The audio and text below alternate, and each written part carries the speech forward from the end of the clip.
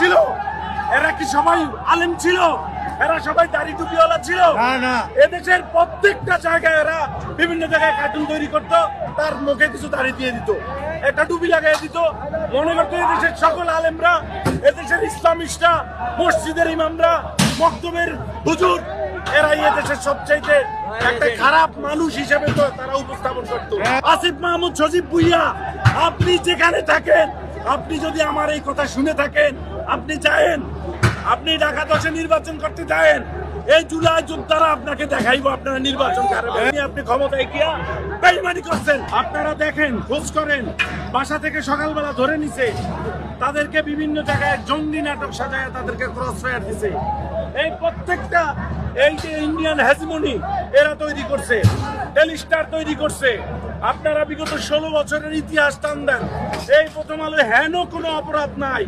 অন্যায়টাকে, একটা মিথ্যাকে যে কোন পর্যায়ে আট দিতে হয়, একটা শিল্পের পর্যায়ে নিয়ে গেছে এরা। এরা মুসলমান, খাস করে দাড়ি টুপি দেখলেই এরা সব সময় জঙ্গি, রাজাকার, আলবদর একটা ন্যারেটিভ তৈরি করছে। 71-এ যত রাজাকার ছিল, এরা কি সবাই আলেম ছিল? এরা সবাই দাড়ি টুপিওয়ালা ছিল? না। এদেশের প্রত্যেকটা জায়গায় এরা বিভিন্ন জায়গায় কার্টুন তৈরি করতো, তার মুখে কিছু দাড়ি দিয়ে দিত, একটা টুপি লাগাই দিত। মনে করতো এদেশের সকল আলেমরা, এদেশের ইসলামিস্টরা, মসজিদের ইমামরা, মক্তবের হুজুর, এরাই এদেশের সবচাইতে একটা খারাপ মানুষ হিসেবে তো তারা উপস্থাপন করতো।